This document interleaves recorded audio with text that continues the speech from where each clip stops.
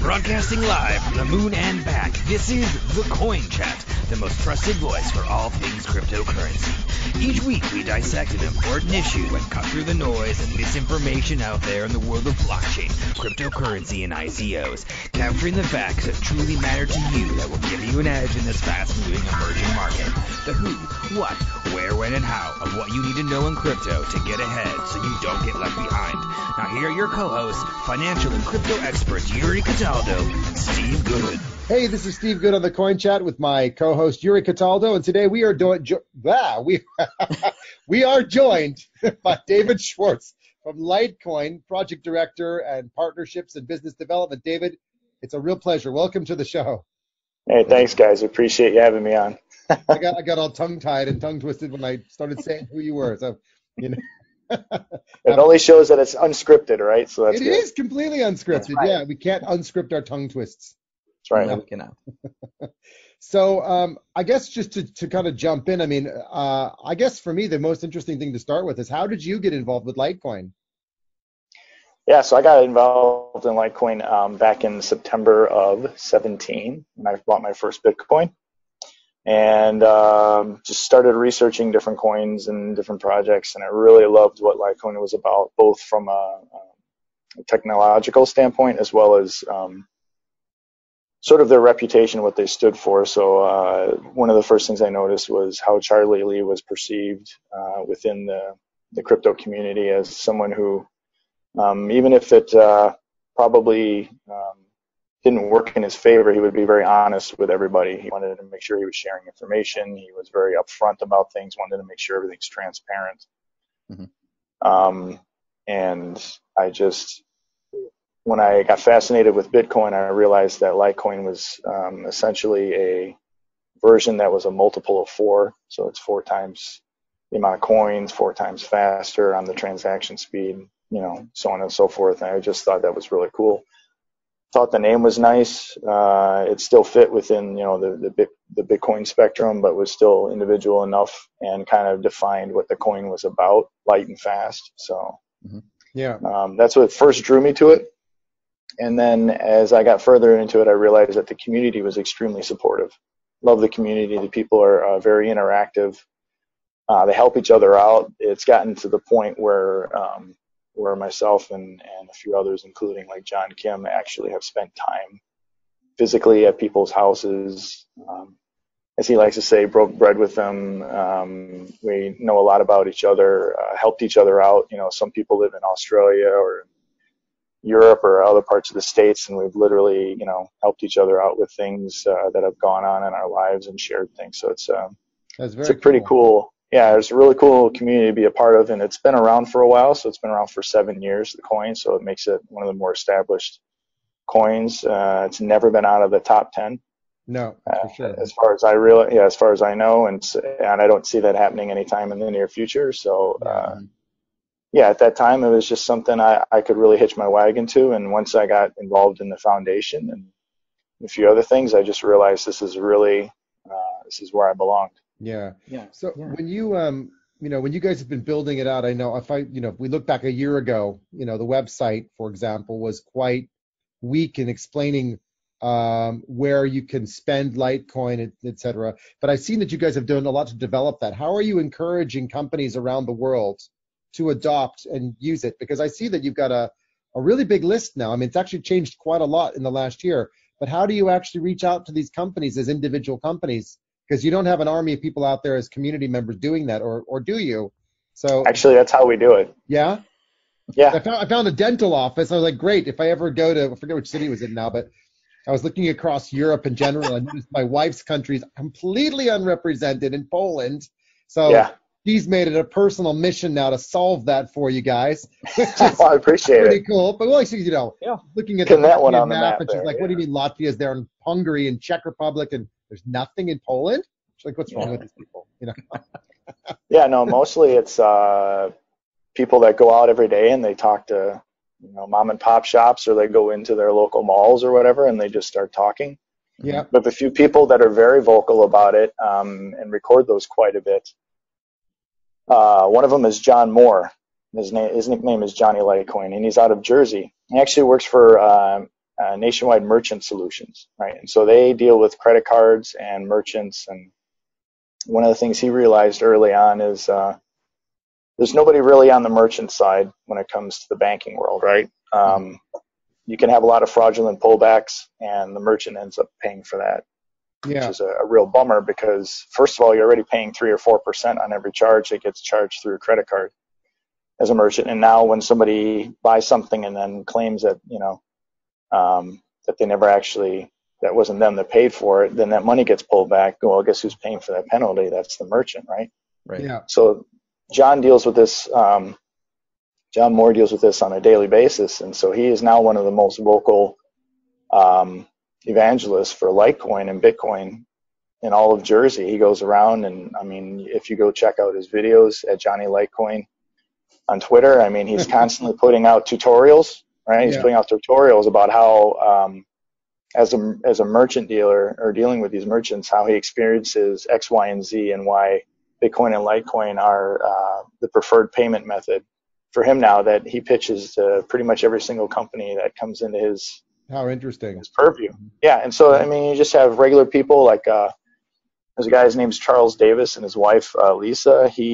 Charles runs Bob Moore Subaru out in Oklahoma, and they have like 14 dealerships out there. Yeah. And he convinced the board there to actually begin accepting, Litecoin and Bitcoin and Ethereum for vehicles. And someone's already paid for a vehicle from Subaru through with Litecoin. So they're just doing like a transfer from wallet to wallet, for example. They're not using like any point of sale systems or anything like that yet, right? Well, they use a payment processor. They do. Okay. Yeah, called Alliant Payments. Yeah. Oh, how cool. Oh, cool. Yeah. Yeah. So go ahead. How do people get involved in that? Like, if there were someone listening to this interview right now was like, I want to get Litecoin featured everywhere I possibly can. Is it easy to do that, or how do you select people for that? Well, we don't technically select anybody because it's a decentralized currency, right? So they just go out. I started on my own. I just decided, you know what? So back in January of 2018, I was up north with my wife at a cabin, and we were just relaxing, and we were getting ready to head back to where I live in southern Wisconsin, and I was watching the price of Litecoin go down with about pretty much everything else. It was just at the start, right? Right. And I was just thinking, I was so worried about the price, but then I was starting to understand and realize more about the function and the technicality of why we even have, Litecoin or Bitcoin, and it really just enthralled me. And so I was like, how can I do something to kind of help put some awareness out there? And so I tweeted out asking everybody to ask Spotify if they would accept Litecoin, and I had like 22 followers at the time, right? Nobody knows who I am. Yeah. And so then next thing I know, a couple of key people supported what I said, and it ended up having like 3,000 retweets, right? And I was like, wow, this is pretty cool. You can actually reach people as an average Joe in today's social media society. And I'm not even savvy in that area, but for whatever reason it worked out.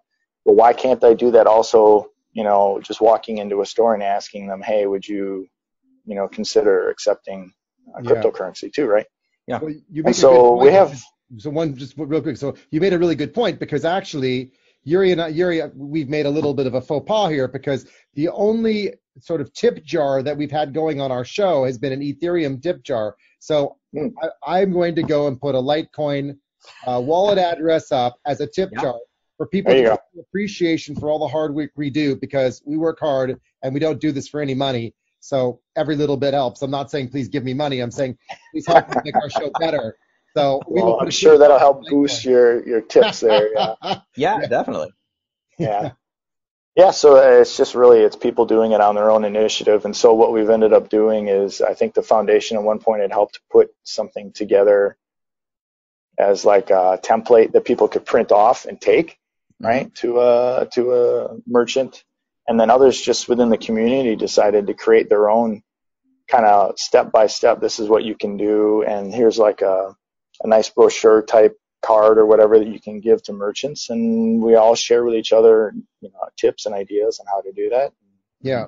It's really a very organic grassroots level effort. So I would say a large majority of the shops or online, commerce companies or whatever else that you see that are accepting Litecoin, it's because of, people who have just taken the initiative to do it themselves and push that. Really so cool. The other thing that I noticed, which was really cool, is that you have not only just a list of all the merchants, but you also have, this, as I mentioned, the map. And then I started thinking about the fact that, you take someone like the Coin Chat, and we don't really belong in any one country. But as I was scrolling through the map, I discovered something rather interesting. So, David, do you know about No Man's Land? I do now, yes. Yeah. Well answered. No Man's Land is literally a point in, I believe, the Atlantic Ocean, in the middle of the Atlantic Ocean, that's reserved for any merchants or whoever that there's no real identification of where they are located. Right. So they're all kind of lumped in there. In the Atlantic, there's whatever, like the South China Sea, something like that. Yeah, there's two of them that I spotted. I didn't check Antarctica. There might have been one there, but so how does the Coin Chat get into No Man's Land so that we can be a global present show to help drive more Litecoin adoption around the world and put the show into No Man's Land? Normally, you'd have to go through the admin email that's provided within No Man's Land, and then anybody who accepts Litecoin should be able to do that. We accept Litecoin. I promise it's going to be on the it's going to be down in the description below. I swear to God. Oh, and let me tell you, there's a guy within the community. Well, there's technically a couple of them. There's one in India. His name's Dominic.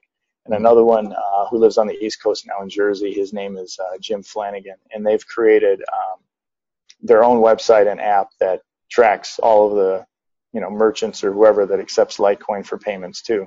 Neat. So Jim's is called the Litecoin App, and there's no like technical or financial support from the foundation at this point or anything. It's literally him. He created it.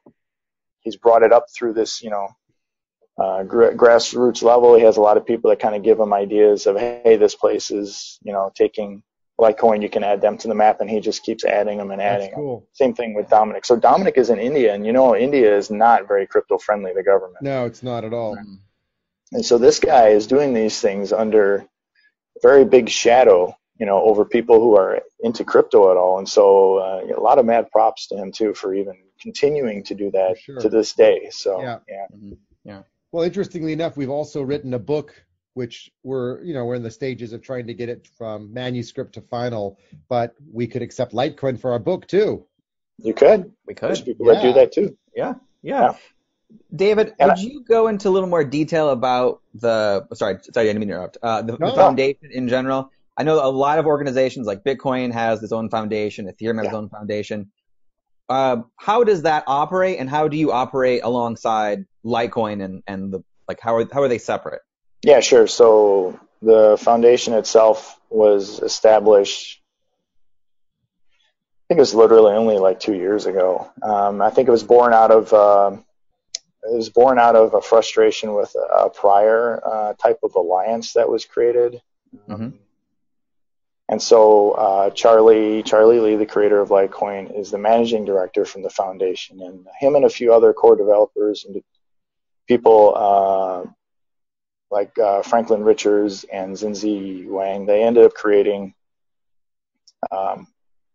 Litecoin, the Litecoin Foundation. And so Charlie did it much like he did with the coin. There was no, gathering a bunch of money from a lot of other people to start anything. It was literally like they started a Slack channel or Slack, some people don't know what Slack, I didn't know what it was until I got invited to it, but a Slack channel where everybody converses and we do planning for things and coordinate stuff. They did that, and of course, they come up with their own little logo or whatever. But honestly, it had almost not very much money. It's a nonprofit, right? So it's not to make any real money for anybody that's in the foundation itself. It's really there. The entire purpose for the foundation is to push the adoption and the awareness of Litecoin, the currency. And that's where they're different, because the organization naturally is more centralized. It has a regular org chart type of a format to it, So there's the four board directors. And then there's 4 regular directories.